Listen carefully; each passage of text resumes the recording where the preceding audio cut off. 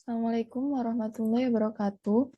Sebelumnya, perkenalkan nama saya Firza Sri Hurniatusania, NIM 1952012. Di sini saya akan menjelaskan pengerjaan modul 3 Laboratorium Audit tentang siklus persediaan, penggudangan, dan pembayaran utang usaha. Sebelumnya yang harus kita lakukan yaitu melihat dan memeriksa terlebih dahulu prosedur audit yang ada di buku 2 halaman 44-48. Lalu kita buka buku modul 1 halaman 91 tentang penjelasan selisih yang terjadi dalam penghitungan fisik persediaan. Kita mulai dari yang pertama, bahan baku polivinil selisih sebanyak 90 kg disebabkan karena bahan baku tersebut dicuri dan sampai dengan akhir tahun belum diadakan. Penyesuaian terhadap persediaan tersebut. Untuk jurnal penyesuaiannya, kita bisa catat di daftar adjustment dengan jurnal beban kerugian persediaan barang hilang atau rusak pada persediaan bahan baku sebesar 1.350.000. Nilai ini didapat dari 90 kg polivinil dikali dengan harga satuan polivinil sebesar Rp15.000. Untuk satuan harganya kita bisa lihat di buku 1 halaman 89. Lalu untuk keterangannya mencatat kehilangan 90 kg polivinil karena dicuri. Yang nomor 2, bahan baku PS selisih sebanyak 500 kg disebabkan karena adanya pembelian tanggal 29 Desember 2018 dari PT Delta belum diterima faktur pajaknya, sehingga belum dibukukan sebesar Rp8.800.000 termasuk PPN. Untuk jurnalnya, persediaan bahan baku, PPN masukkan pada hutang dagang. Untuk persediaan bahan baku didapat dari 500 kg dikali dengan harga satuan PS sebesar Rp16.000. Jadi didapat nilai Rp8 juta. Lalu kita dapatkan PPN masukan dari Rp8 juta dikali dengan 10%. Untuk hutang dagang sebesar Rp8.800.000 dengan keterangan mencatat pembelian 500 kg PS yang belum dicatat atau dibukukan.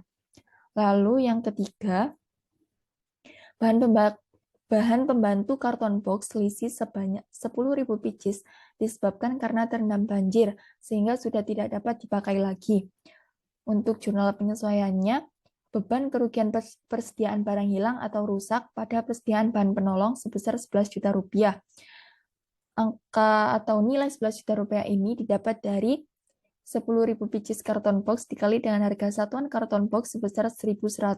Jadi didapat nilai Rp11 juta. Dengan keterangan mencatat kerusakan karton box 10.000 pieces akibat terendam banjir. Lalu yang nomor 4, barang jadi Rukofin SP500 selisih sebanyak 2.000 kg disebabkan karena barang tersebut dititipkan secara konsinyasi di PT Unicorn dan sudah dikonfirmasi dengan jawaban setuju. Untuk jurnal penyesuaiannya, persediaan barang konsinyasi pada persediaan barang jadi sebesar Rp31.820.000. Angka ini didapat dari 2.000 kg Rukofin SP500 dikali dengan harga satuan Rukofin SP500 sebesar Rp15.910. Jadi dapat nilai Rp31.820.000. Untuk keterangannya, mencatat penitipan barang secara konsinyasi 2.000 kg Rukofin SP500 kepada PT Unicorn. Lalu yang nomor 5, pada tanggal 29 Desember 2018 telah diambil 1.000 kg Rukofin SP1000 untuk diberikan sebagai sampel promosi dengan gratis untuk pembeli di Hainan dengan bagian akuntansi belum membukukan hal tersebut. Untuk jurnal penyesuaiannya, yaitu beban promosi pada persediaan barang jadi dan PPN keluaran. Untuk persediaan barang jadi sebesar Rp15.910.000 didapat dari 1.000 kg Rukofin SP1000 dikali dengan harga satuan Rukofin SP1000 sebesar Rp15.910. Lalu untuk PPN keluaran didapat dari Rp15.910.000 dikali dengan 10%. Jadi untuk beban promosi sebesar Rp17.501.000. Dengan keterangan mencatat 1.000 kg Rukofin SP1000 sebagai sampel promosi untuk pembeli di Hainan. Lalu untuk yang nomor 6, berdasarkan hasil pemeriksaan laporan batch produksi 377 ditemukan kekurangan pembebanan upah pur pabrik yang belum dibayar dari tanggal 26 sampai dengan 29 Desember 2018 selama 4 hari yang pembayarannya dilakukan pada tanggal 3 Januari 2019 sebesar 15 juta. Untuk jurnalnya, persediaan barang dalam proses pada hutang gaji sebesar 15 juta rupiah dengan keterangan mencatat kekurangan upah buruh pabrik batch produksi 377 yang belum dibayar. Setelah itu kita bisa lanjut ke kertas kerja selanjutnya, yaitu indeks F dengan schedule persediaan. Untuk saldo per klien didapatkan dari buku 1 halaman 89 sampai 40. Lalu untuk bagian pair di sisi debit ada 15 juta rupiah didapatkan dari adjustment 6, yaitu tentang kekurangan upah buruh pabrik batch produksi 377 yang belum dibayar. Kemudian di sisi debit juga ada angka 8 juta dari persediaan barang baku, persediaan bahan baku didapat dari adjustment 2 tentang pembelian 500 kg PS yang belum dicatat atau dibukukan. Lalu untuk di sisi kredit ada persediaan barang jadi sebesar 47.730.000 didapat dari adjustment 4 dan 5. Adjustment 4 dan 5 yaitu mencatat penitipan barang secara konsinyasi dan mencatat 1.000 kg sebagai sampel promosi. Yaitu 31.820.000 ditambahkan 15.910.000. Jadi totalnya 47.730.000 rupiah. Lalu di sisi kredit juga ada 1.350.000 dari adjustment 1, yaitu persediaan bahan baku atau mencatat kehilangan 90 kg polivinil karena dicuri. Lalu di sisi kredit juga ada persediaan bahan penolong sebesar 11 juta rupiah dapat dari penyesuaian yang nomor 3 tentang kerusakan karton box 10.000 pieces akibat terendam banjir. Lalu untuk saldo per audit, cara menghitungnya didapat dari saldo per klien ditambah dengan per sisi kredit, sisi debit dikurangi per sisi kredit. Jadi untuk persediaan barang jadi, saldo per auditnya 1.730.351.000. Lalu untuk persediaan barang dalam proses, saldo per auditnya 350.107.800 rupiah. Untuk persediaan bahan baku, saldo per auditnya 527.156.300 rupiah. Dan untuk persediaan bahan penolong, 126.843.600 rupiah. Jadi untuk total per audit persediaan sebesar 2.689.458.700 rupiah. Lalu untuk selanjutnya indeks F1 tentang schedule persediaan barang jadi. Untuk saldo per klien juga bisa dilihat pada buku 1 halaman 89. Untuk pair di sisi kredit ada Rukofin SP 500 sebesar 31.820.000. Jadi untuk saldo per auditnya 596.625.000. Lalu di sisi kredit juga ada Rukofin SP 1000 sebesar 15.910.000 dan saldo per auditnya 443.157.140 rupiah. Jadi untuk total saldo per audit persediaan barang jadi sebesar 1.730.351.000. Kemudian untuk indeks F2 atau schedule persediaan dalam proses, untuk saldo per klien didapat dari buku 1 halaman 90. Untuk pair di sisi kredit ada 15 juta rupiah. 15 juta rupiah ini didapat dari FF6 atau referensinya dari FF6 sebesar 15 juta rupiah. FF ini hasil observasi dari persediaan. Lalu untuk saldo per auditnya yaitu 142.791.900 rupiah. Jadi untuk total saldo per audit persediaan dalam proses sebesar Rp305.107.800. Kemudian untuk indeks F3, schedule persediaan bahan baku, itu di sisi debit ada PS sebesar Rp8.000.000, kemudian di sisi kredit ada polivinil sebesar Rp1.350.000. Jadi untuk saldo beraudit polivinil sebesar Rp23.400.000 dan untuk PS saldo berauditnya Rp45.600.000. Dan total saldo beraudit untuk persediaan bahan baku sebesar Rp527.156.300. Kemudian untuk indeks F4, schedule persediaan bahan penolong, untuk saldo per kliennya juga sama, bisa dilihat di buku 1, halaman 89. Untuk pair di sisi kredit ada karton box sebesar Rp11 juta.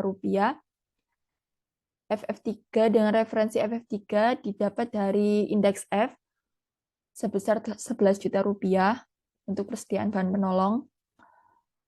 Jadi untuk saldo per audit karton box yaitu sebesar Rp57.838.000 dan total saldo beraudit untuk persediaan bahan penolong sebesar Rp126.843.600. Kemudian untuk kertas kerja selanjutnya yaitu indeks FF1, schedule perhitungan fisik persediaan.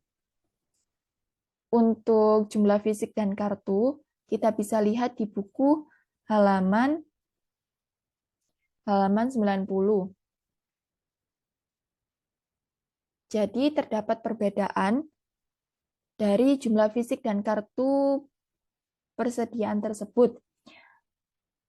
Ini terdapat pada persediaan polivinil sebesar 90 akibat barang dicuri. Kemudian terdapat perbedaan juga dari persediaan karton box sebesar 10.000 dikarenakan bahan penolong terendam banjir. Kemudian terdapat perbedaan juga di persediaan Rukovin SP500 sebesar 2.000 akibat konsinyasi di PT Unicorn, dan terdapat perbedaan antara jumlah fisik dan kartu di Rukovin SP1000 sebanyak 1.000 dengan keterangan barang untuk sampel promosi. Kemudian kita ke kertas kerja selanjutnya, yaitu order pembelian. Maksud saya, indeks TOC3 tentang schedule uji transaksi pembelian. Nah, untuk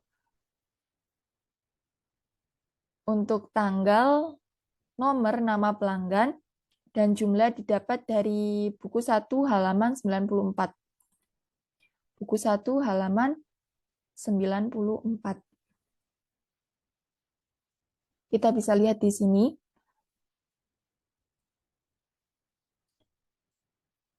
Kita mulai penjelasan dari PT Delta. Nama PT Delta dengan jumlah pembelian sebesar Rp20 juta.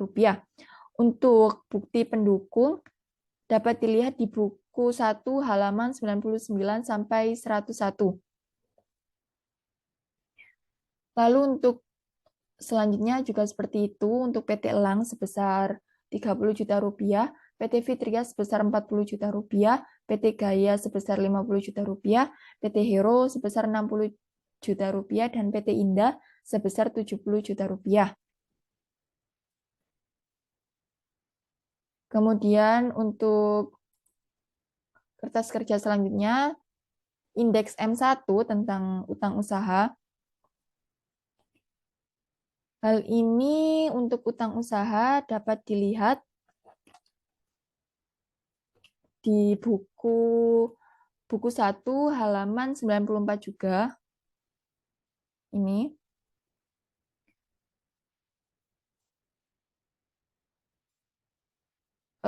Data per klien, maksud saya saldo per klien ini bisa dilihat di buku 1 halaman 93, 92 sampai 93. Kemudian di sisi pair kredit 990.000 didapat dari penyesuaian nomor 7, atau kita bisa lihat di buku modul 1, yaitu jawaban tidak setuju karena kesalahan pencatatan tanggal 3 Desember 2018 atas penerimaan piutang sebesar 990.000. Jadi kita bisa mencatatnya dengan jurnal hutang dagang pada kas dan setara kas sebesar 990.000. Dengan keterangan mencatat kekurangan pencatatan pelunasan utang pada PT Berkat.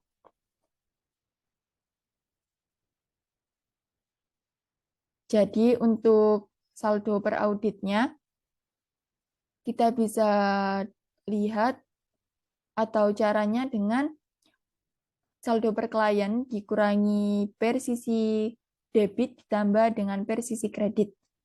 Jadi untuk PT Berkat, saldo per auditnya didapat Rp501.567.000. Kemudian untuk per di sisi kredit ada PT Delta sebesar Rp8.800.000. Karena jawaban tidak setuju adanya pembelian bahan baku PS yang belum dicatat pada tanggal 31 Desember. Ini bisa dilihat di daftar adjustment yang nomor 2, hutang dagang sebesar Rp8.800.000. Lalu untuk saldo beraudit PT Delta sebesar Rp30.800.000. Lalu untuk PT Elang, di sisi kreditnya juga ada Rp2 juta, karena adanya giro yang sudah dibayar kepada PT Elang sebesar 2 juta, jatuh tempo 27 Desember 2018 belum dikeliringkan oleh PT Elang pada akhir tahun 2018. Jadi untuk saldo per audit PT Elang sebesar Rp35 juta. Jadi untuk total saldo per audit utang dagang sebesar Rp1.278.926.100.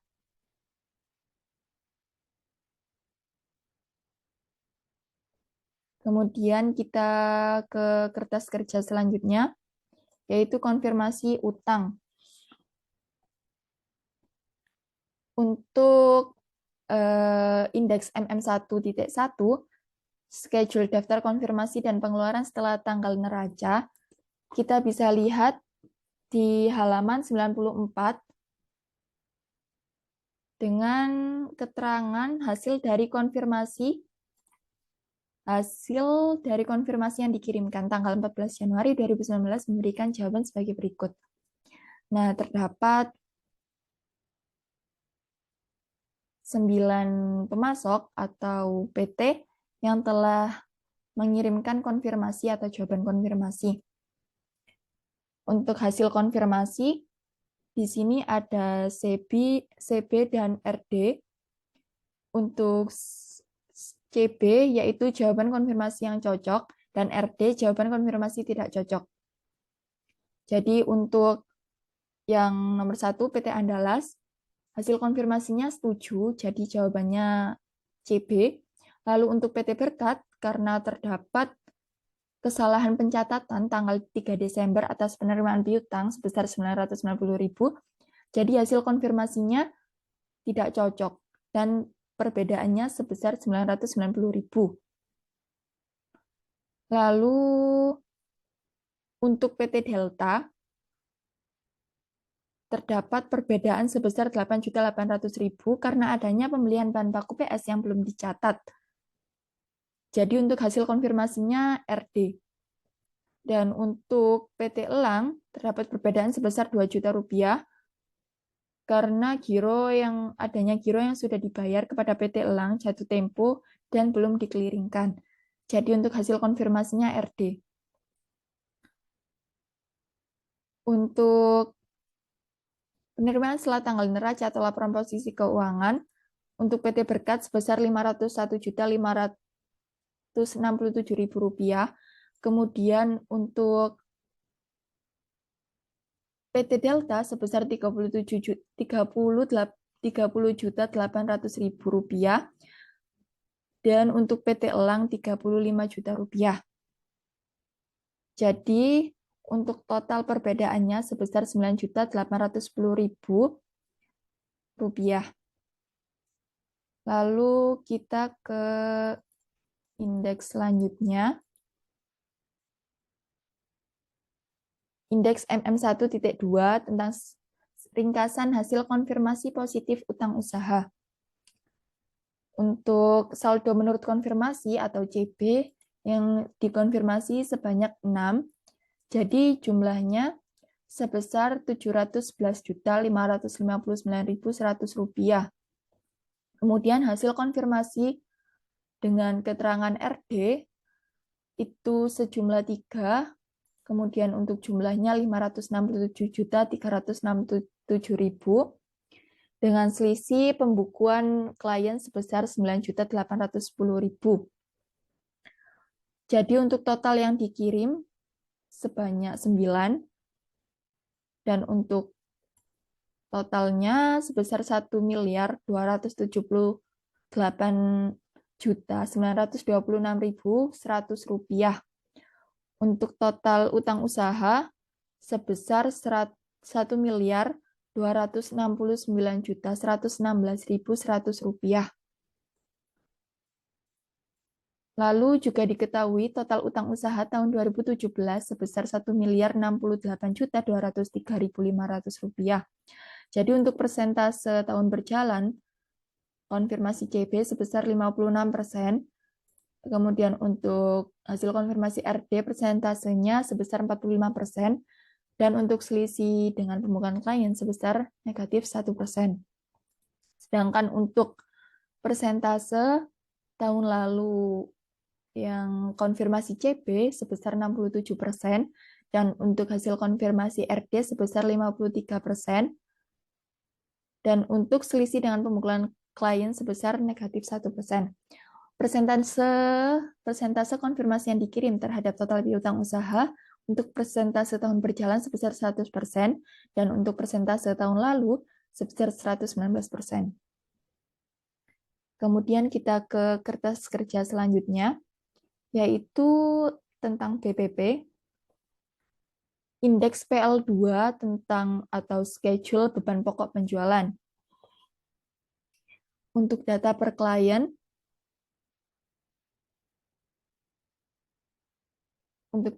klien, didapat dari buku 2,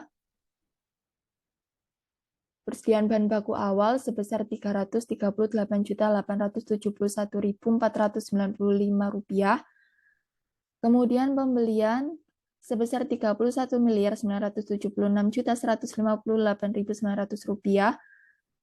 Kemudian untuk retur dan potongan pembelian sebesar negatif Rp39.481.900 dan persediaan bahan baku akhir Rp658.349.900.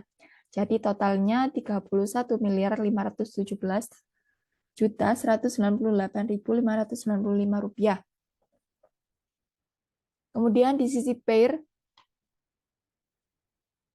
sisi kredit terdapat persediaan bahan baku akhir sebesar Rp8 juta, dan di sisi kredit sebesar Rp12.350. Untuk kedua nilai ini bisa dilihat dari indeks F3 dan F4. Untuk indeks F3, ini 8 juta sisi kredit, sisi debit, dan 1.350.000 di sisi kredit. Dan untuk F4 di sisi kredit Rp11 juta. Jadi di total itu di sisi kredit ketemu Rp12.350.000. Untuk saldo per auditnya, persediaan bahan baku awal tetap, kemudian untuk persediaan bahan baku akhir terdapat negatif Rp653.999.900. Jadi untuk totalnya 31.521.548.595 rupiah. Kemudian untuk tenaga kerja langsung dan beban produksi tak langsung, bensin, beban listrik, beban penyusutan, beban perbaikan dan pemeliharaan, beban asuransi, dan beban lain-lain tidak ada saldo pair. Kemudian untuk total biaya manufaktur sebesar Rp30.815.091.224. Kemudian terdapat barang dalam proses akhir di sisi kredit, di sisi debit sebesar Rp15 juta. Kita bisa lihat di F2. F2 Rp15 juta tentang persediaan akhir, persediaan dalam proses akhir. Untuk saldo per kliennya sebesar negatif Rp290.107.800. Kemudian untuk saldo per audit sebesar 305 juta, negatif Rp355.107.800. Jadi untuk harga pokok barang manufaktur sebesar 23 juta di sisi debit dan di sisi kredit Rp12.350.000. Kemudian untuk harga pokok barang manufaktur di sisi untuk saldo per auditnya sebesar 33.849.313.724 rupiah. Kemudian untuk persediaan barang jadi akhir untuk saldo per kliennya negatif 1.778.081.000. Terdapat pair di sisi kredit sebesar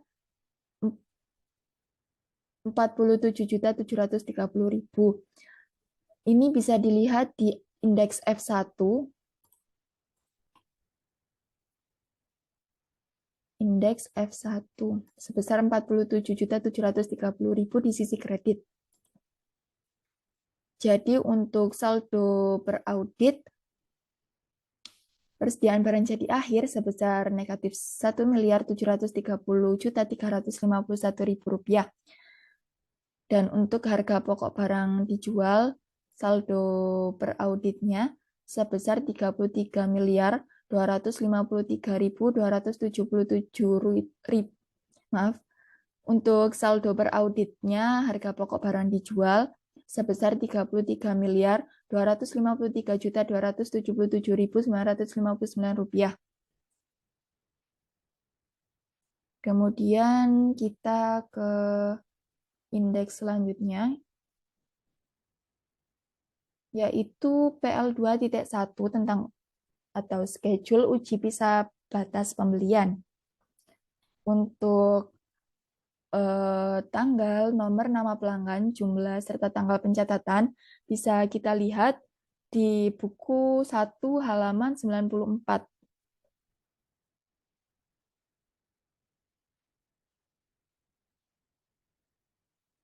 Jadi sekian penjelasan dari saya mengenai pengerjaan modul 3. Sebelumnya terima kasih.